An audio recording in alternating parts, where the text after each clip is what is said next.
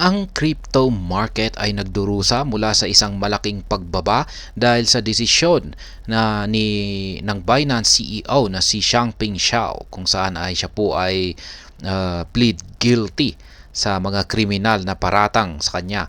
Siya ay magbitiw ng kanyang posisyon. Ayan.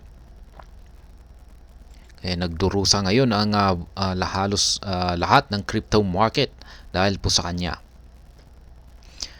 Ayan, ang crypto market ay nakaharap sa isang malubhang pagkalugi na may mga pangunahing altcoins. Yan, kabilang na po dito ang XRP, Dogecoin, Shiba Inu, BNB at ADA or Cardano na nakakaranas po ngayon ng malalaking pagbaba sa kanilang presyo. Ang pagkalugi na ito ay sumunod po ito sa balita dito sa Binance, sa CEO ng Binance na si Changpeng Zhao. Yan, kilala na rin po siya sa tawag na CZ, kung saan siya po ay nagpasya na mag-plead guilty sa mga seryosong paratang ng anti-money laundering.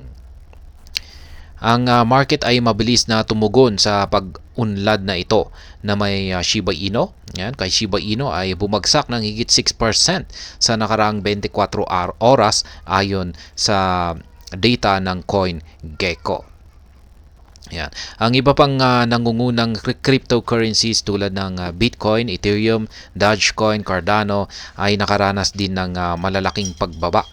Sa halip, ang Binance Coin or BNB ang may pinakamalaking laggard yan sa top 10 na bumagsak ng higit 7%. Ayan, end of an era na nga ba ito? Ayan, ang industriya ng crypto ay nakakakita ng katapusan ng isang era habang si Zhao ay nagbibitiw sa gitna ng malubhang mga kriminal na paratang. Bukod sa pagbibigay ng kanyang CEO role, may 3 taong pagbabawal si ZZ na makipagtrabaho sa Binance. Ayan. Ang desisyong ito ay dumating sa gitna ng isang malawakang investigasyon ng US Department of Justice na nagresulta sa ilang mga paratang laban sa Binance at kay ZZ. Kabilang ang conspiracy upang magsagawa ng isang hindi lisensyadong negosyo na pagpapadala ng pera at kabiguan na mapanatili ang isang epektibong programa ng anti-money laundering. Ayon sa ulat ng U-Today, pumayag ang Binance sa isang makasaysayang kasunduan na nagbabayad ng $4.3 billion na multa upang malutas ang parehong kriminal at sibil na mga paghahabol. Ang pangyayaring ito ay nagmamarka ng isang makabuluhang pagbabago sa landscape ng cryptocurrency na nagpapaalala sa pagbagsak ng iba pang mga higante na industriya tulad ni Sam Bankman-Fried ng FTX.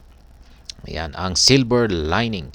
Sa kabila ng mga magulong pangyayari na pumapaligid dito kay Binance at sa kanyang CEO, ilang mga tagamasid ng industriya ang nagtatanaw sa pag-unlad na ito sa isang positibong liwanag. Si David Hoof, isang prominenteng tao sa mundo ng crypto, ay nagtatanaw sa kasunduan ng DOJ kay Binance bilang isang bullish signal para sa industriya.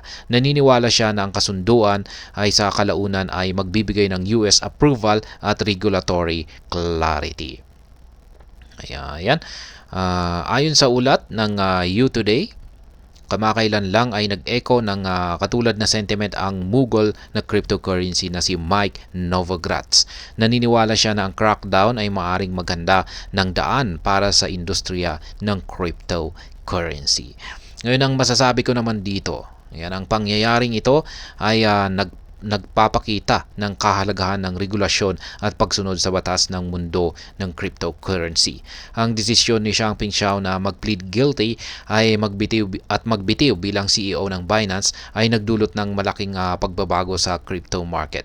Gayunpaman, marami sa industriya ang naniniwala na ang mga hakbang na ito ay maaring magbukas ng daan para sa mas malinaw na regulasyon at pagtanggap ng cryptocurrency sa hinaharap. Sa kabuuan, ito ay isang paalala na ang sektor ng cryptocurrency cryptocurrency ay patuloy na umuunlad at nagbabago. Ang mga stakeholder ay dapat na maging handa sa mga pagbabago at hamon na darating.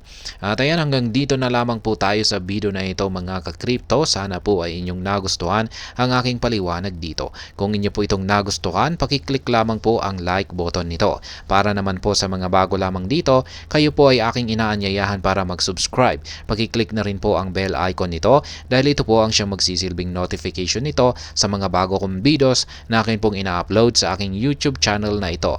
Marami pong salamat sa panonood. Ingat po tayo lagi at God bless po sa ating lahat.